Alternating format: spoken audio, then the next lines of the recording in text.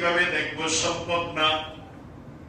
আমার গুনাহ কি মাফ হইল কিনা, আল্লাহকে আমাকে মাফ করলেন কিনা, কিভাবে বুঝবো আল্লাহ আমাকে মাফ করে দিচ্ছেন?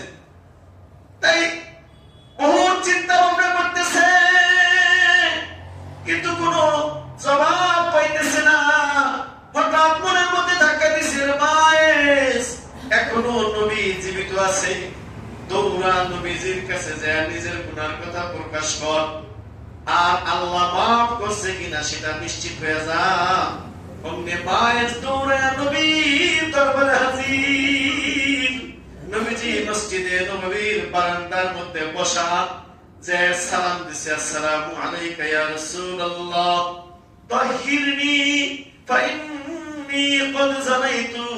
ইয়াবকি কাঁদতেছে আর বলতেছে, ইয়া রাসূলুল্লাহ, আমি গুনাহ নাপাক হয়ে গেছে, গুনাহ দ্বারা নাপাক হয়ে গেছে, আমাকে গুনাহ মাফ করে আপনার পাক করার ব্যবস্থা করেন, আমাকে পাক সাফ করে দেন। আমি কিয়ামতের ময়দানে মালিকের সামনে জিনাকারদের কাতারে দাঁড়াইতে পারবো না, আমি পারবো না।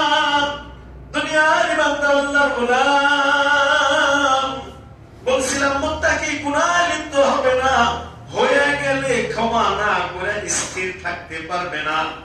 মায়ের আল্লাহর ভয় আছে, মুত্তাকি মানুষ, গুনাহ হয়ে গেছে, বাপের জন্য পাগল পারা। রহমাতুল্লাহ আলামিনের সাথে কথা বলার পর রহমাতুল্লাহ আলামিন বলছেন, ইজাবাতু বিল্লাহ, যা আল্লাহর কাছে মাফ চা।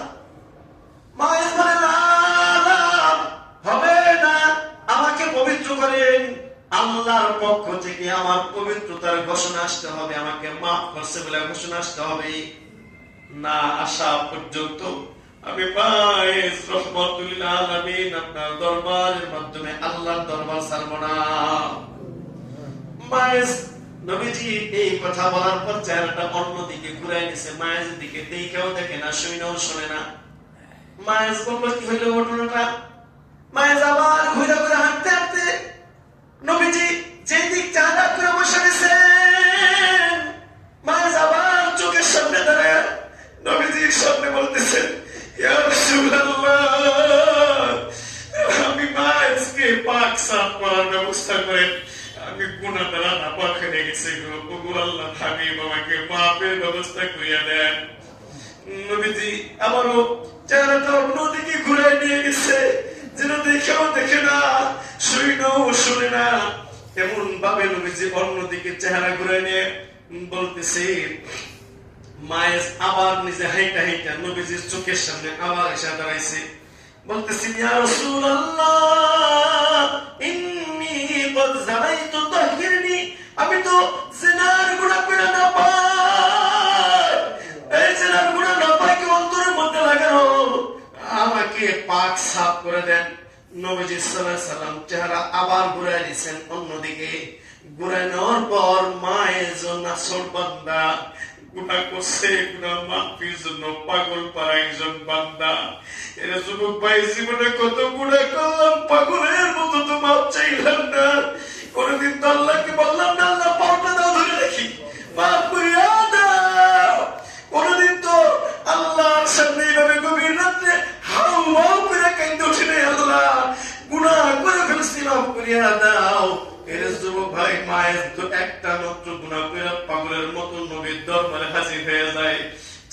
চারবার নবীর সামনে বলছে, নবী এবার খেয়াল করে বলতেছে, আবিকা মাজনুন, আবিকা জুনুন, এই মায়ের তুই কি পাগল হয়ে গেছো? দুনিয়াতে মানুষ গুনাহ করে গোপন রাখে, তুই কেন প্রকাশ করলে মনে পাগল হয়ে গেছো? মায়ের বলে, না না না, আমি পাগল না, লাস্তু বিজুনুন মাজনুন, আমি পাগল না। এবার রাসূল বলেন, আবিকা সাকার, তুই কি মাতাল হয়ে গেছো, মদ পান করে আসছো, এখনো মদ হারাম হয় নাই তখনো, তুমি কি মদ পান করে আসছো? নবীজি সাল্লাল্লাহু আলাইহি ওয়াসাল্লাম কথা বলার সাথে সাথে ফাকালা রাজুলুন, এক ব্যক্তি দাঁড়িয়ে গেছে, আর তার মুখের থেকে গন্ধ নিছে, কারণ মদের একটা গন্ধ আছে, যেটা বিড়ির গন্ধ, সিগারেটের গন্ধ মুখে লাগা থাকে, ঠিক মদের একটা গন্ধ আছে মুখে লাগা থাকে। ওই সাহাবা দাঁড়ায় তার মুখ থেকে ঘ্রাণ নিয়ে নবীকে বলতেছেন, আশহাদু, আমি সাক্ষ্য দিচ্ছি, মা শারিবাল খামর, এই লোকটা মদ পান মাফ করে নাই। ওয়ালাইসা বিহি মুসকার, সে মদ্যপুরা মাতাল অবস্থা আসে নাই, যে মাতাল অবস্থায় যা ইচ্ছা তাই বলতেছে। এবার নবীজি বলতেছেন কদ লাম কদ মাসাহাতা, তুমি একটু ধরছো, একটু স্পর্শ করছো, এটাকে জিনা বলতেছো? বলে লা কদ জানাইতু, না না আমি বরং জিনা করছি। রাসূল বলেন কদ ক্বাবালতা, তুমি একটা চুমা দিছো মাত্র, এটাকে জিনা মনে করতেছো? নবী বলেন, এই কথা বলার পর মায়ের বলেন না না বরং আমি জিনা করছি। ইয়া রাসূলুল্লাহ, আমাকে জিনার গুনাহ থেকে মাফ করার ব্যবস্থা করেন। কিয়ামতের ময়দানে মালিকের সামনে জিনার গুনাহ নিয়ে দাঁড়াইতে পারবো না। যা শাস্তি দুনিয়াতে দিয়ে দেন, আমি কিয়ামতের ময়দানে মালিকের সামনে গুনাহগার হয়ে দাঁড়াইতে পারবো না। নবীজি সাল্লাল্লাহু আলাইহি সাল্লাম এবার বলেন কদ আনাকতা, তুমি একটু পাজাই দোস, জড়াই দোস, এটাকে জিনা বলতেছো? মায়ের বলে না কদ জানাইতু ইয়া রাসূলুল্লাহ, না না আমি শুধু জড়াই ধরে না, আমি জিনা করছি। এবার রাসূল বলেন আতারিফু জিনা, এ মায়ের তুই জিনা চেনো কাকে বলে, জিনা কি জিনিস জানো? এবার মায়ের বলে ইন্নী আলামহা, আমি জানি। রাসূল বলেন বাইয়িন মা জিনা, বলে দে, বর্ণনা দে জিনা কাকে বলে। ফাবাইয়ানা বায়ানান, যেইভাবে বুঝাই দে জিনা জিনা বোঝা যাবে রাসূলকে সেইভাবে ইশারা ইঙ্গিতে বুঝাই দিলেন। বিইশারাতিহি, তার ইশারা দিয়া বুঝাই দিলেন। রাসূল বললেন ও মায়ের, গোপনের গুনাহ গোপন করলি কেন? গোপনের গুনাহ গোপন বলার সাথে সমাধান করে ফেলতি, আমার পর্যন্ত না আসতে, কারণ আমার পর্যন্ত আসলে তো শরীয়তের বিধান কায়েম করতে হয়।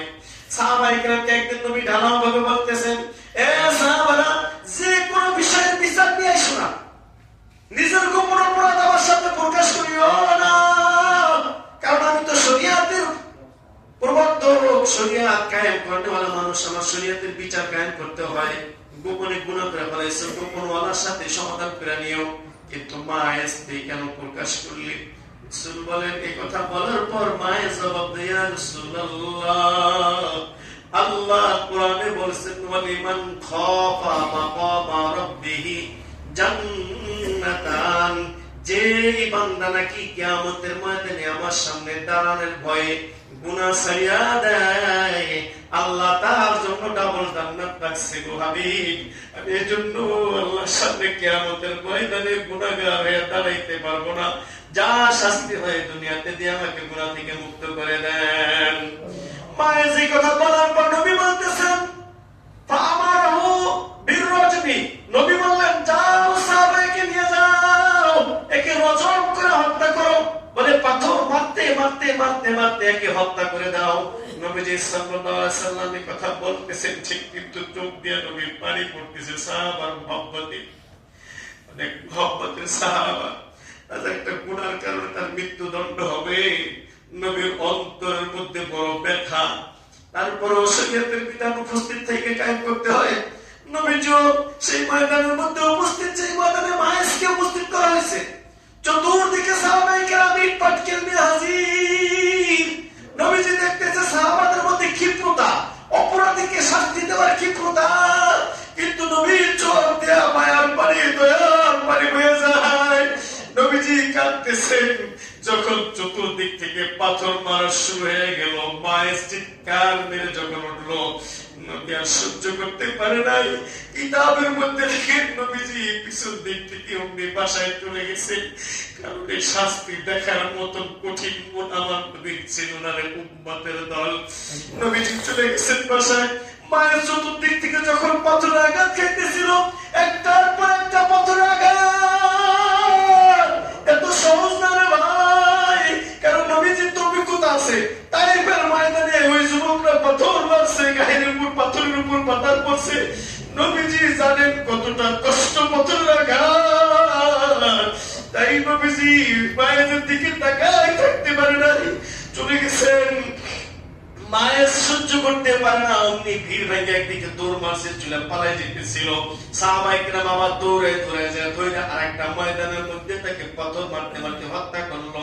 হত্যার পর নবীজির দরবারে সাহাবায়ে কেরাম হাজির। নবীজি কি বলতেছেন, মায়েসকে মারতেছিলাম, কিন্তু হঠাৎ মায়েস দৌড়ে পালাইতেছিল। নবী বলেন আচ্ছা তাহলে কি করছো? বলে পালায় যাইতেছিলাম না, দৌড়ে অমুক জায়গায় ধরে তাকে হত্যা করছি। কাহারে যদি মায়ের যে সাইরা দিতা কতই না ভালো হইতো। মায়ের তো এমন তওবা করছে, মায়েদের তওবা যদি মদিনাবাসীর জন্য হয়, গোটা মদিনাবাসীর গুনাহ মাফের জন্য এক মায়ের তওবাই যত